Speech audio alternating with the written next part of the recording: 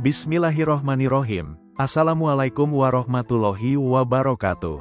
Alhamdulillah, segala puji bagi Allah, Rabb semesta alam, yang dengan izin dan rahmatnya kembali mempertemukan kita di ruang perenungan ini. Selamat datang kembali di channel Rio Fulana, wadah kita bersama untuk memungut serpihan hikmah dari samudra kisah peradaban Islam. Kita semua tentu pernah mendengar tentang keutamaan ilmu. Namun, pernahkah kita merenung lebih dalam, mengapa ada ilmu yang mengangkat derajat pemiliknya hingga ke langit, namun ada pula ilmu yang justru menjerumuskannya ke dalam jurang kesombongan, seperti ilmu yang dimiliki iblis? Di manakah letak batas tipis di antara keduanya? Melalui kisah seorang alim besar di kota Baghdad yang ditegur oleh seorang pembuat tinta, insya Allah pada kesempatan ini kita akan mencoba menemukan jawabannya. Di bentangan waktu yang tak bertepi, di atas panggung semesta yang menjadi saksi bisu atas jatuh bangunnya peradaban, ada jejak-jejak langkah yang tak terekam oleh tinta sejarawan, namun gaungnya abadi dalam sanubari para pencari. Jejak itu bukanlah milik seorang raja penakluk yang namanya terukir di gerbang kota, bukan pula milik filsuf yang teorinya memenuhi perpustakaan.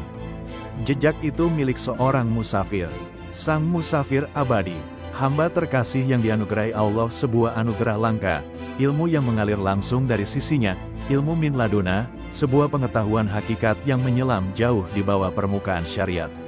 Kita mengenalnya dengan julukan Khidir, Sang Yang Hijau. Sebuah nama yang lahir dari keajaiban, di mana kehadirannya mampu menghidupkan tanah yang mati, menumbuhkan harapan di lahan jiwa yang paling tandus.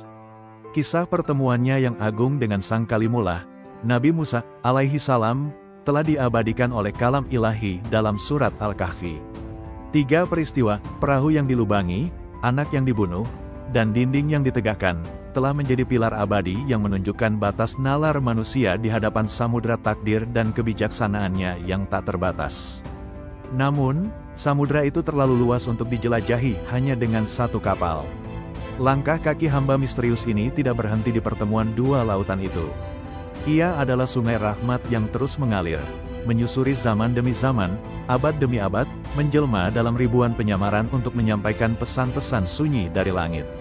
Ia bisa menjadi nelayan tua di pesisir sunyi, seorang pengrajin tinta di lorong pasar Baghdad yang sibuk, seorang musafir aneh yang mengetuk atap istana seorang raja yang lalai, atau bahkan seorang pelayan rendah hati di hadapan seorang wali yang sedang diuji. Penyamarannya bukanlah topeng untuk menipu, melainkan sebuah hijab, sebuah tirai suci, yang melaluinya cahaya hakikat dapat menyentuh jiwa manusia tanpa membakarnya. Ia datang bukan sebagai nabi pembawa hukum baru, melainkan sebagai seorang mursyid agung tanpa nama, seorang guru dalam penyamaran, seorang dokter spiritual yang mendiagnosis penyakit kalbu yang paling tersembunyi. Naratif ini adalah sebuah penyelaman, sebuah upaya untuk memungut mutiara-mutiara hikmah dari kisah-kisahnya yang lain, yang tercecer dalam kitab-kitab para wali, dalam bisikan para sufi, dan dalam gema-gema hikmah yang dituturkan dari lisan ke lisan. Inilah perjalanan menelusuri penyamarannya yang tak terhitung, di mana setiap pertemuan adalah sebuah cermin, setiap dialog adalah sebuah pembuka kunci, setiap kehadiran adalah obat, dan setiap perpisahan adalah fajar dari sebuah kesadaran baru. Mari kita mulai perjalanan kita, bukan di persimpangan dua lautan fisik, melainkan di persimpangan antara harapan dan keputusasaan di hati seorang hamba yang saleh. Di sebuah desa pesisir yang terlupakan oleh peta dunia, di mana pasir putihnya lebih sering disentuh oleh kemiskinan daripada oleh kaki para saudagar, hiduplah seorang penjala ikan bernama Ilyas. Ia seorang lelaki yang kulitnya telah menjadi peta dari pertarungannya melawan matahari dan garam. Hatinya, seperti jaringnya, penuh dengan simpul-simpul doa.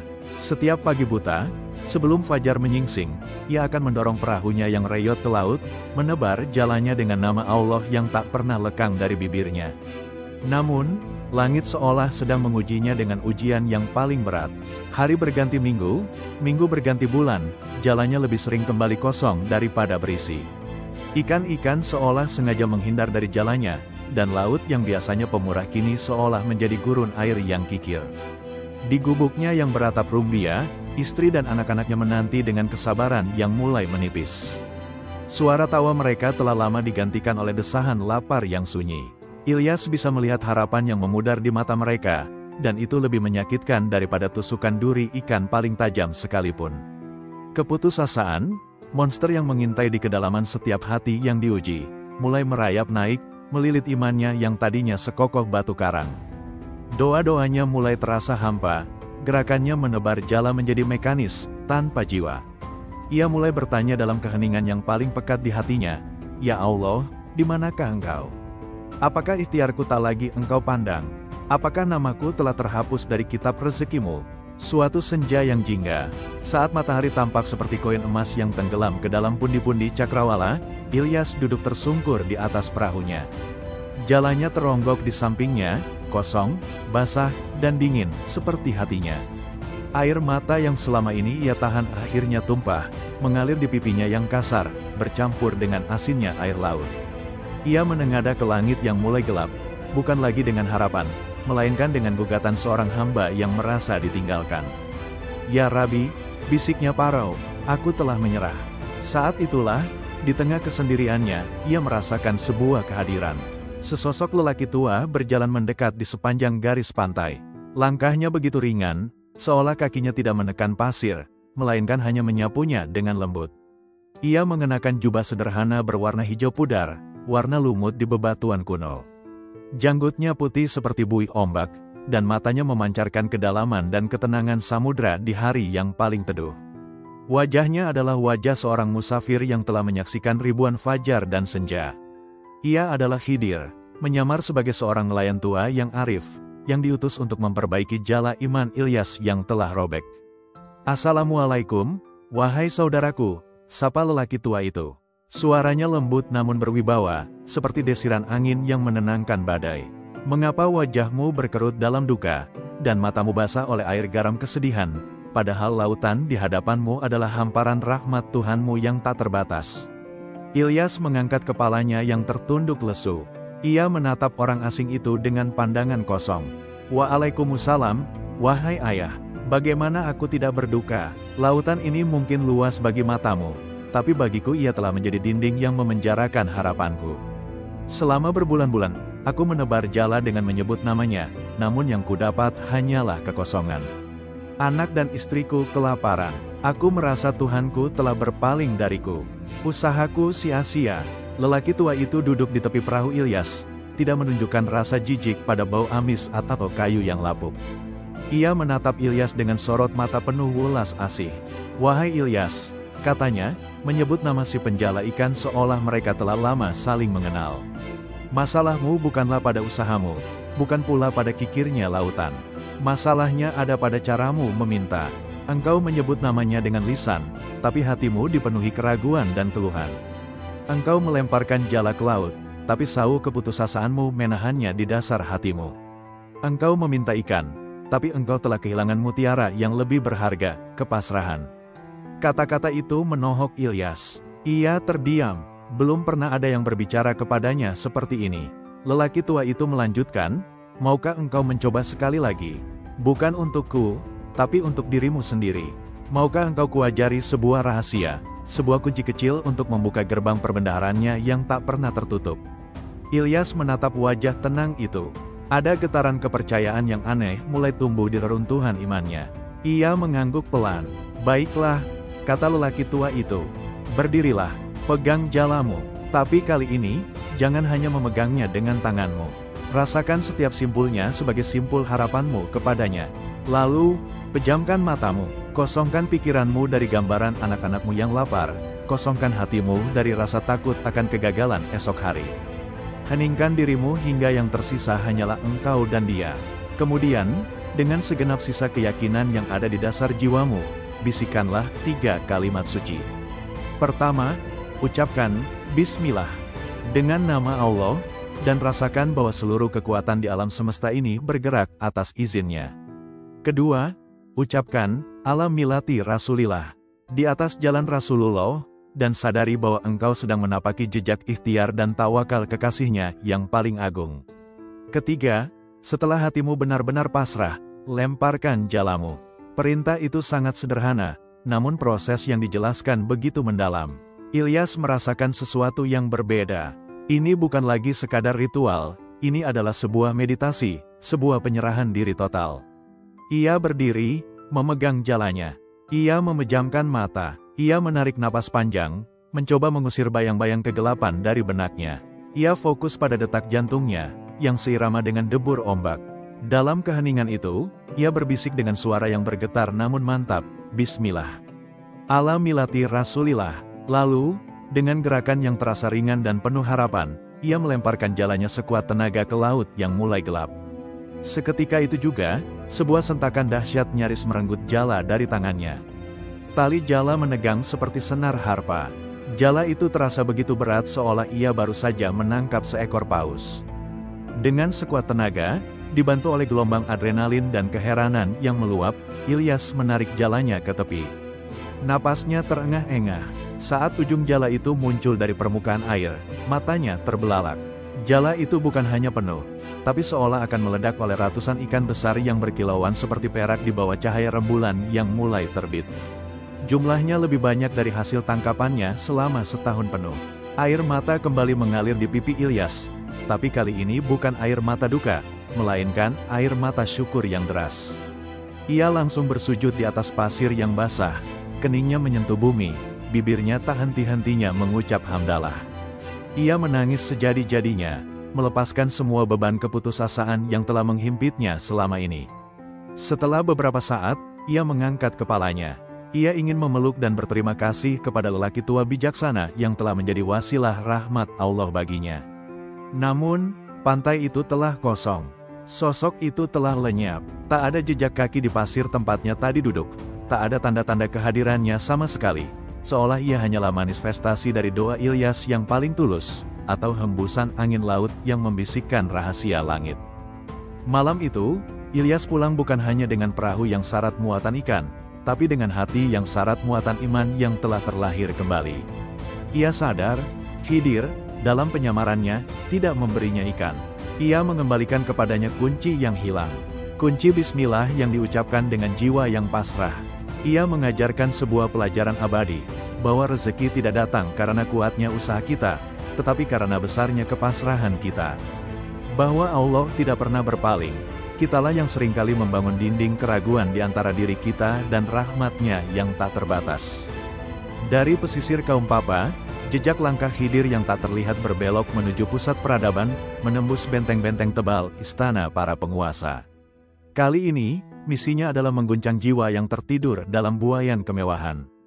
Korbannya adalah seorang raja besar, Ibrahim bin Adham, penguasa kerajaan Balkh yang legendaris, sebuah wilayah yang kini menjadi bagian dari Afghanistan.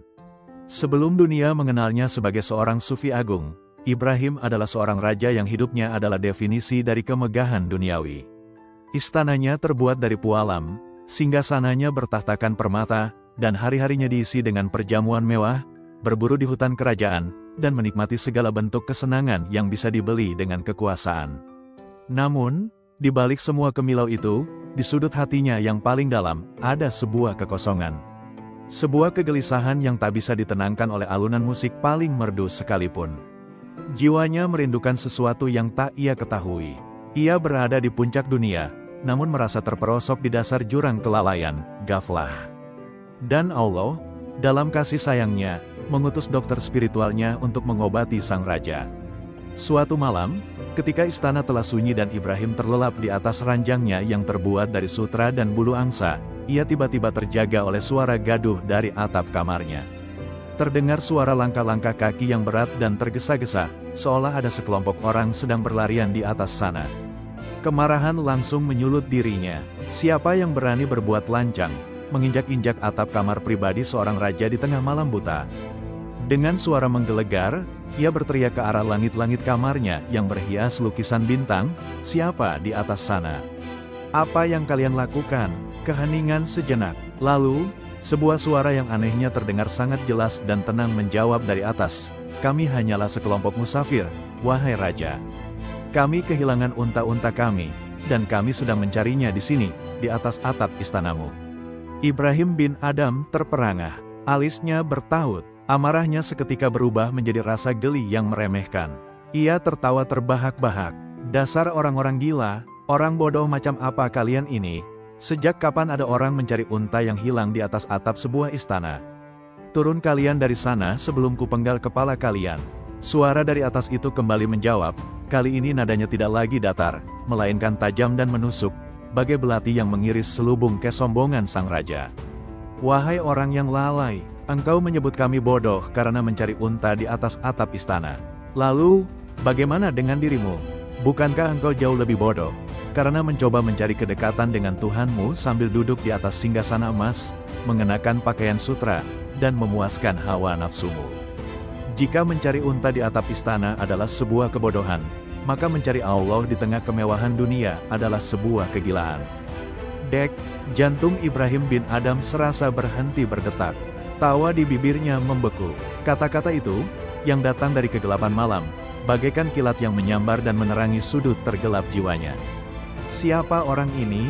Bagaimana ia bisa mengetahui kegelisahan rahasianya?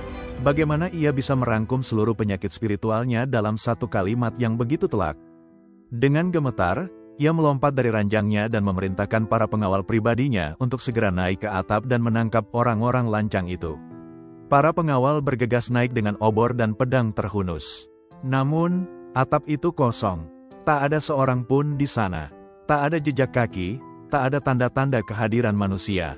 Mereka lenyap di telan pekatnya malam. Sosok itu, tentu saja, adalah Khidir, bersama para pembantu gaibnya, yang menyamar sebagai musafir aneh untuk memberikan guncangan pertama pada jiwa sang raja yang sedang tertidur lelap.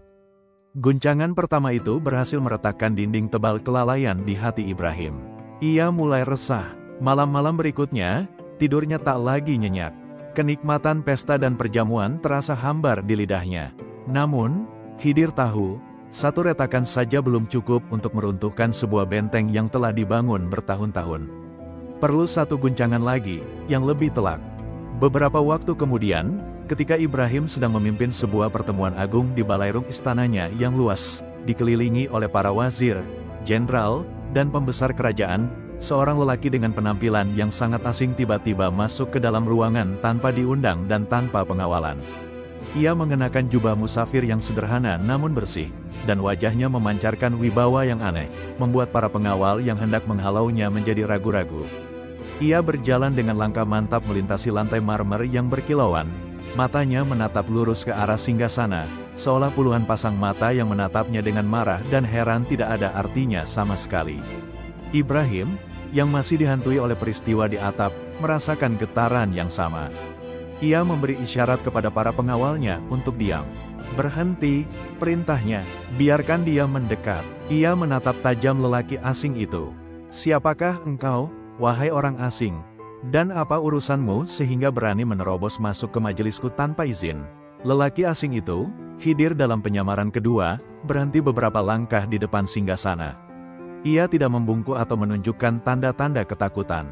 Sebaliknya, ia memandang berkeliling ke seluruh kemegahan balairung itu, pilar-pilar raksasa, permadani sutra, dan hiasan-hiasan emas, lalu dengan tenang berkata, "Aku hanyalah seorang musafir yang lelah. Aku ingin meminta izin untuk beristirahat dan menginap semalam di penginapan ini." Para menteri dan pembesar yang hadir terkesiap. Sebagian mulai berbisik-bisik, menganggap orang ini sudah gila. Ibrahim sendiri mengerutkan keningnya, merasa terhina. "Engkau buta atau sudah kehilangan akal?" hardiknya. "Ini bukanlah penginapan, ini adalah istanaku, istana Raja Ibrahim bin Adham." Lelaki asing itu tidak terpengaruh oleh hardikan sang raja.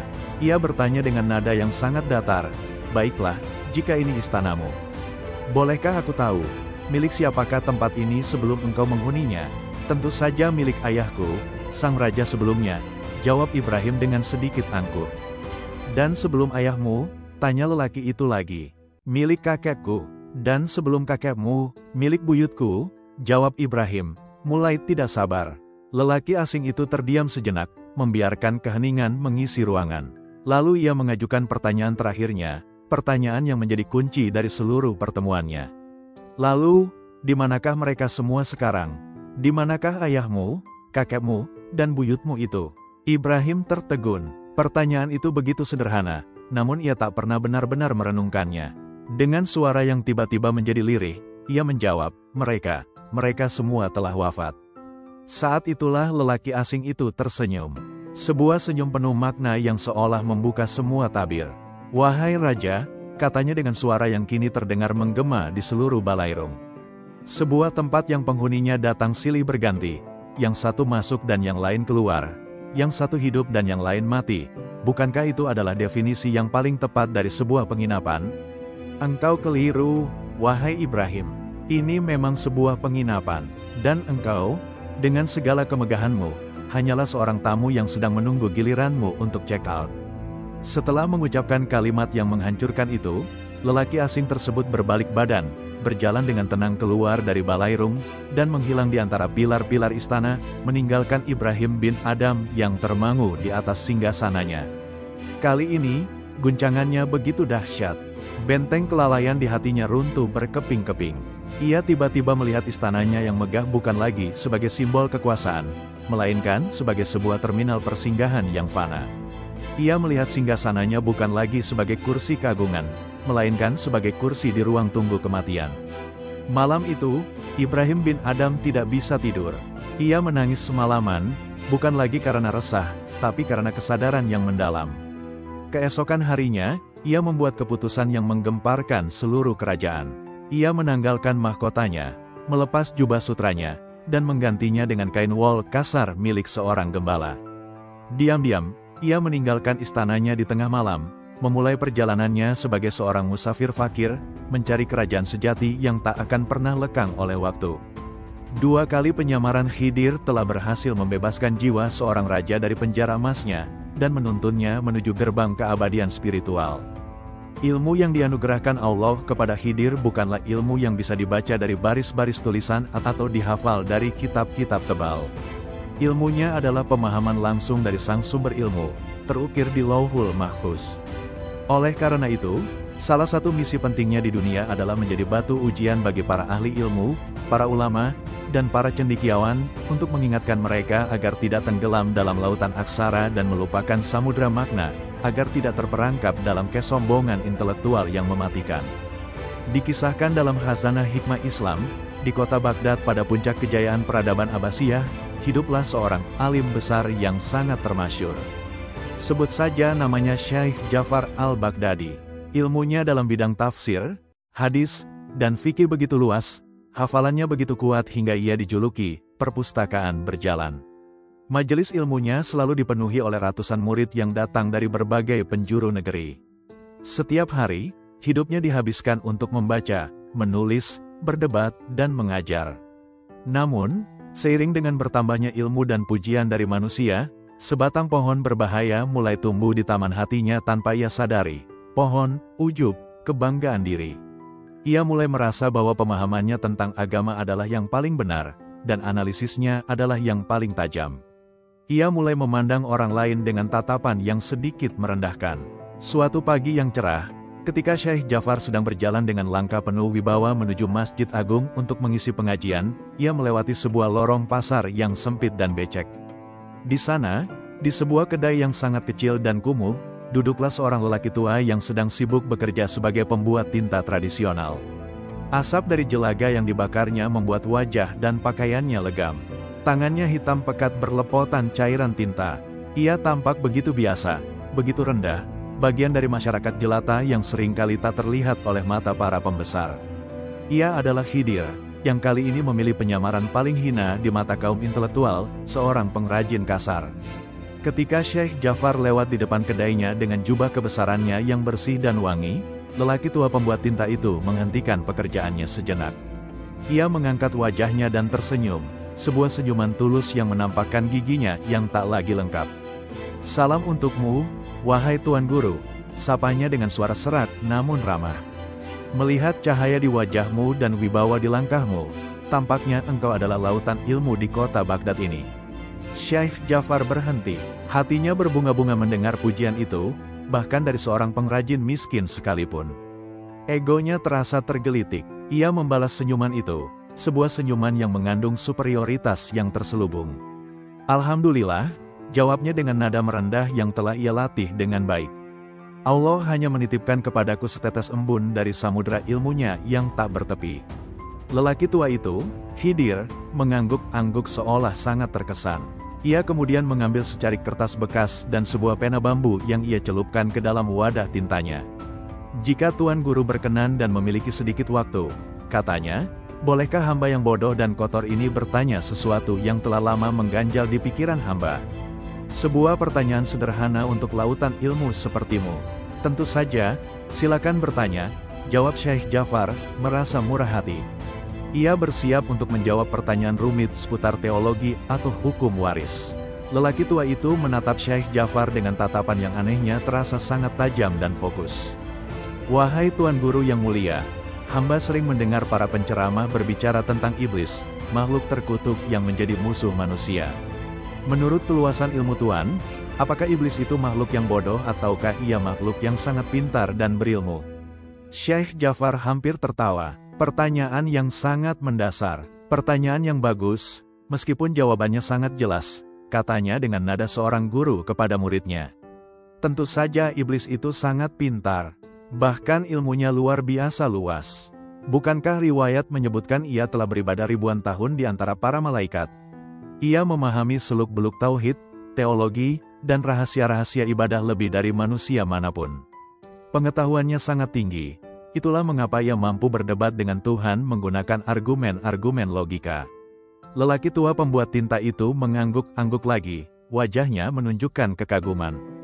Masya Allah, penjelasan yang sangat mencerahkan. Tuan benar, ilmunya sangat luas. Lalu, izinkan hamba bertanya satu hal lagi. Bagaimana dengan bapak kita, Nabi Adam, alaihi salam? Menurut kedalaman analisis Tuan, apakah Adam pada awalnya adalah makhluk yang pintar ataukah ia cenderung bodoh dan naif? Syekh Jafar kembali menjawab dengan cepat dan percaya diri. Secara komparatif, tentu saja pengetahuan Adam pada awalnya tidak sebanding dengan iblis. Buktinya, ia mudah sekali tertipu oleh bujuk rayu iblis hingga memakan buah terlarang. Ia menunjukkan sifat kelupaan dan kenaifan, yang merupakan ciri dari keterbatasan pengetahuan. Setelah Syekh Jafar menyelesaikan jawabannya, keheningan menyelimuti mereka sejenak. Lelaki tua pembuat tinta itu berhenti mengaduk tintanya. Ia meletakkan alat-alatnya, lalu menatap lurus ke mata Syekh Jafar. Tatapannya kini tidak lagi seperti tatapan seorang pengrajin, melainkan tatapan seorang hakim yang akan membacakan vonis. Jika demikian, wahai Syekh Jafar al-Baghdadi, lautan ilmu di kota ini, katanya dengan suara yang lembut, namun setiap katanya menghantam kesadaran sang alim bagai palu godam. Maka, jelaskanlah kepadaku, apa gunanya ilmu yang sangat luas seperti ilmu iblis, jika pada akhirnya ia hanya bermuara pada kesombongan, pembangkangan, dan laknat yang abadi. Dan sebaliknya, apa ruginya pengetahuan yang terbatas seperti pengetahuan Adam, jika pada akhirnya ia bermuara pada pengakuan tulus atas kesalahan, kerendahan hati untuk bertaubat, dan ampunan serta cinta dari ilahi. Seketika, dunia Syekh Jafar seolah runtuh. Pertanyaan sederhana dari seorang pembuat tinta itu telah membongkar seluruh bangunan kebanggaan intelektual yang telah ia bangun seumur hidupnya. Ia tersadar, selama ini ia begitu sibuk mengumpulkan dan memamerkan ilmu seperti iblis, tapi ia telah lupa untuk meneladani dan mengamalkan sifat Adam yang paling esensial, kerendahan hati untuk berkata, Rabbana zalamna anfusana, wahai Tuhan kami telah menzalimi diri kami sendiri. Ia menatap lelaki tua di hadapannya. Tangannya mungkin kotor oleh jelaga dan tinta, namun hatinya jauh lebih bersih dan bercahaya daripada hatinya sendiri yang dipenuhi oleh ribuan jilid kitab dan puluhan ribu dalil. Dengan suara bergetar dan lutut yang terasa lemas, Syekh Jafar bertanya, demi Allah yang jiwaku berada dalam genggamannya, siapakah engkau, wahai Tuan? Lelaki tua itu hanya tersenyum lembut.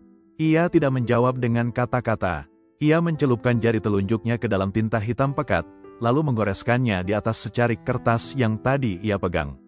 Ajaibnya, goresan tinta hitam itu tidak membentuk tulisan, melainkan seketika berubah menjadi gambar setangkai daun hijau yang segar dan hidup, seolah baru dipetik dari surga. Ia menyerahkan kertas itu kepada Syekh Jafar.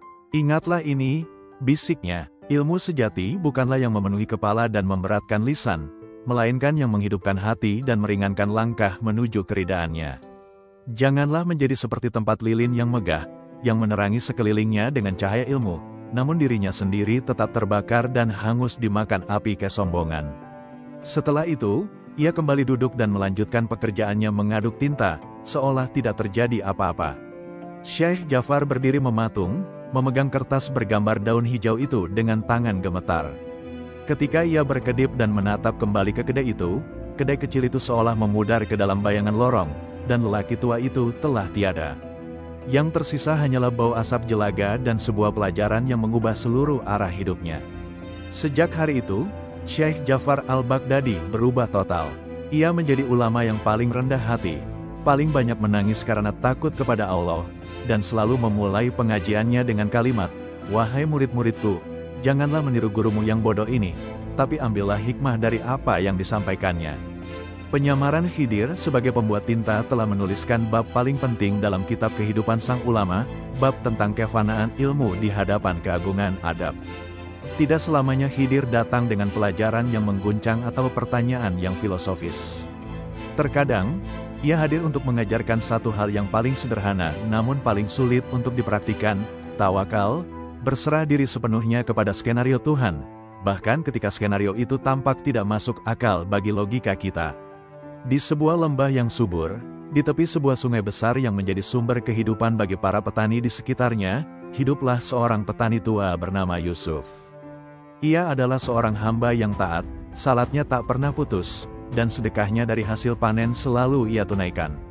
Ia memiliki sepetak ladang gandum yang tidak terlalu luas, namun itu adalah satu-satunya harta dan sumber penghidupannya. Ia merawat ladang itu dengan segenap jiwa dan raganya. Suatu musim, hujan turun tiada henti selama berminggu-minggu. Sungai yang biasanya tenang dan bersahabat mulai bergolak marah. Airnya naik dengan cepat, warnanya berubah menjadi coklat pekat, membawa serta lumpur dan ranting-ranting pohon. Para tetua desa mengumumkan peringatan bahaya. Sungai akan meluap, teriak mereka. Banjir bandang akan segera datang. Selamatkan diri kalian dan keluarga kalian. Tinggalkan rumah dan ladang, pergilah ke tempat yang lebih tinggi. Kepanikan pun melanda. Seluruh penduduk desa bergegas mengemasi barang-barang berharga mereka, menggiring ternak mereka, dan berlari menuju perbukitan. Yusuf pun dilanda kecemasan. Ia menatap ladang gandumnya yang mulai menguning. Sebentar lagi panen. Jika banjir menerjang, habislah seluruh hasil kerja kerasnya selama berbulan-bulan. Ia dan keluarganya akan kelaparan. Logikanya berkata, cepat lari. Selamatkan dirimu. Harta bisa dicari lagi, nyawa tidak. Ia sudah mulai mengikat buntalan pakaiannya ketika seorang musafir asing tiba-tiba berdiri di depan gubuknya. Musafir itu tampak sangat tenang di tengah kepanikan massal. Pakaiannya sederhana, dan ia membawa sebuah tongkat kayu. Wajahnya teduh, dan ia menatap Yusuf dengan senyuman yang aneh. Ia adalah Khidir, yang menyamar sebagai seorang pengelana bijak. "Salam bagimu, wahai Yusuf," sapa musafir itu. "Mengapa engkau tampak begitu cemas dan tergesa-gesa? Apakah engkau akan pergi ke sebuah pesta?" Yusuf menatap orang asing itu dengan heran. "Pesta? Apakah kau tidak melihat? Sungai akan meluap.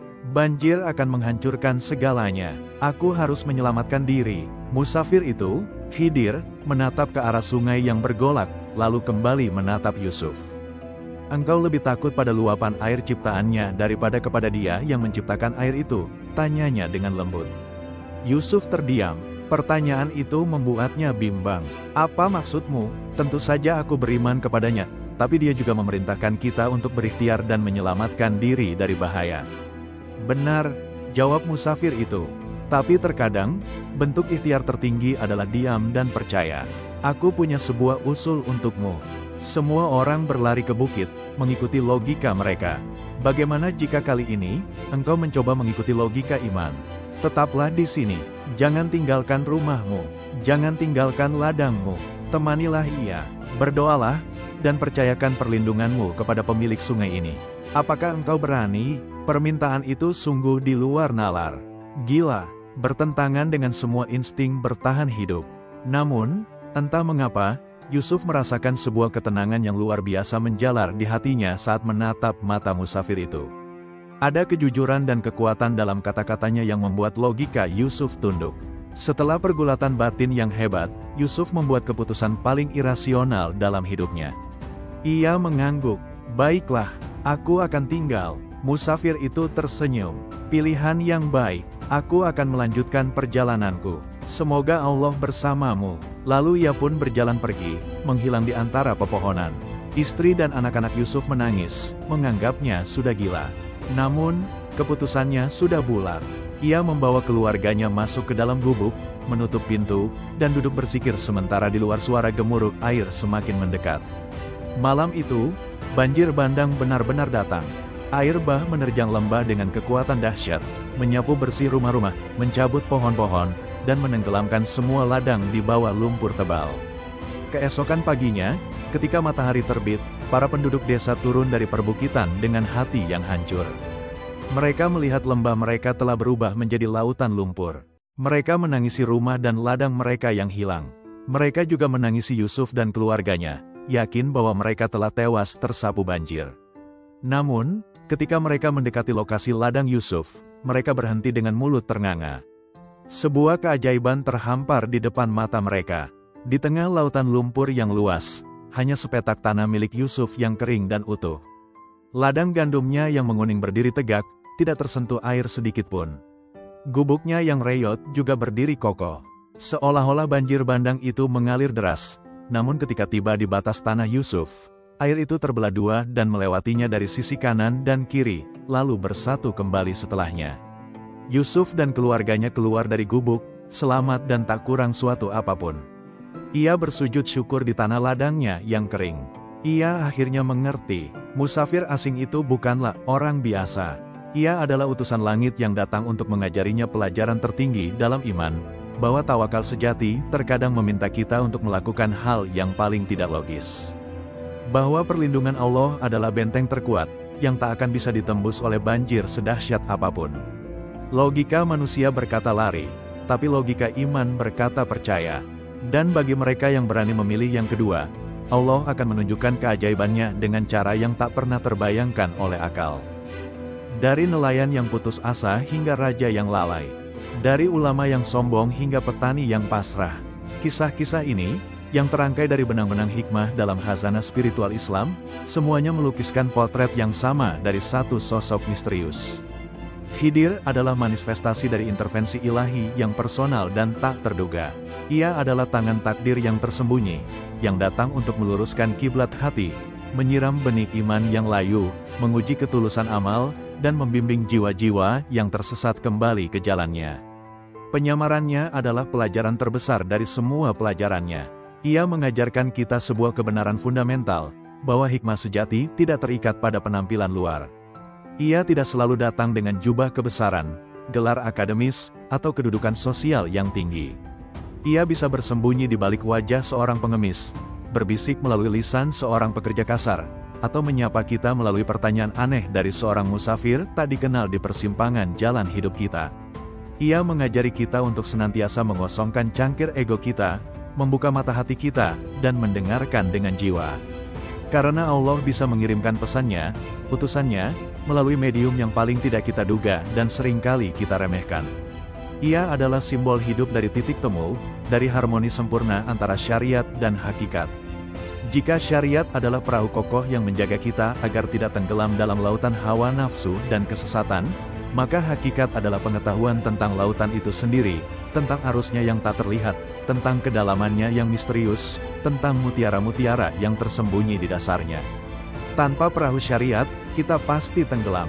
Namun, jika kita hanya terpaku pada keindahan dan kekokohan perahu, dan tak pernah berani mengangkat pandangan untuk memahami lautan hakikat, kita tak akan pernah sampai ke pulau tujuan yang sejati.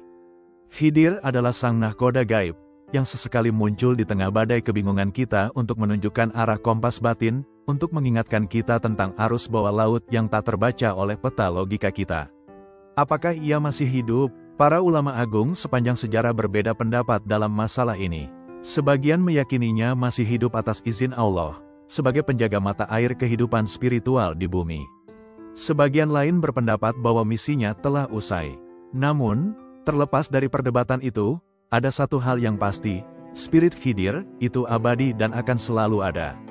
Spirit kebijaksanaan ilahi yang melampaui kerangka formalitas. Spirit kepedulian Tuhan yang menyapa hambanya di titik terendah dan terlalaikannya. Setiap dari kita, dalam samudera kehidupan ini, pasti pernah atau suatu saat akan bertemu dengan Khidir kita masing-masing. Bisa jadi ia menjelma dalam bentuk nasihat tulus dari seorang sahabat yang datang tepat di saat kita merasa dunia akan runtuh. Bisa jadi ia hadir dalam bentuk sebuah kegagalan pahit atau musibah yang menyakitkan, yang bertahun-tahun kemudian kita sadari telah menyelamatkan kita dari bencana yang jauh lebih besar. Bisa jadi ia adalah sebuah ilham yang datang seperti kilat di tengah keheningan malam, memberikan jawaban atas pertanyaan yang telah bertahun-tahun membebani jiwa kita. Atau bisa jadi, ia adalah suara hati nurani kita sendiri, suara fitrah kita yang paling dalam, yang mencoba membimbing kita kembali ke jalan yang lurus. Namun seringkali kita abaikan karena terlalu sibuk mendengarkan riuh rendahnya suara dunia. Jejak langkah sang musafir abadi ini pada hakikat bukanlah untuk dilacak di pesisir-pesisir atau di lorong-lorong pasar. Jejaknya ada untuk ditemukan di dalam relung kesadaran kita. Dengan terus-menerus mengasah kepekaan spiritual, dengan membersihkan cermin hati dari karat kesombongan, kekikiran, dan keraguan, dengan menajamkan pendengaran batin kita dari hingar-bingar logika duniawi, kita mungkin akan mampu mendengar bisikan hikmahnya yang terbawa oleh angin. Kita mungkin akan mampu melihat jejak hijaunya yang menyuburkan tanah hati kita yang paling kering. Karena misinya belum usai, dan perjalanannya abadi, selama masih ada jiwa-jiwa di muka bumi ini yang merindukan dan mencari jalan pulang menuju cahaya di atas segala cahaya.